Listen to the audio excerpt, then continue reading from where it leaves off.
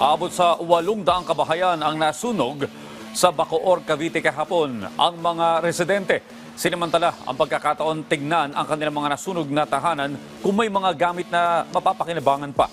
Si Isaiah Mirafuentes sa detalye. Rise and shine, Audrey. Alam mo, halos walang nailikas sa mga residente ng Barangay Longos, Zapote 3, Bacoor, Cavite sa naganap na sunog sa kanilang lugar kahapon. Tinatayang nasa 800 na bahay ang natupok at 1,000 pamilya ang nadamay sa sunog.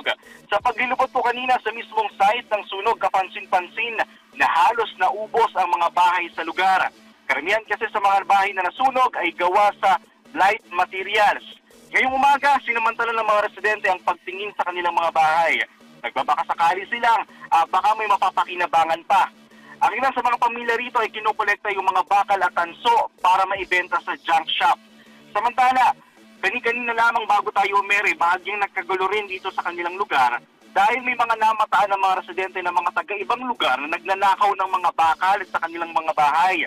Katuwiran nila, panlamansan lang daw.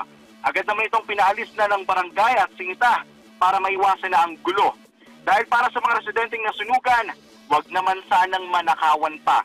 Ngayong umaga, marami tayong nakita ng mga residenteng nananatili ngayon sa ilalim ng flyover malapit dito sa site na nasunog. Karamihan ay doon na sila nagpalipas muna ng magdamag. Ngunit ayon sa barangay, may evacuation site naman daw silang inilaan para sa mga biktima. Samantalang, naunang napaulat na may naaway mag-asawa ang dahilan ng sunog na nangyari kahapon.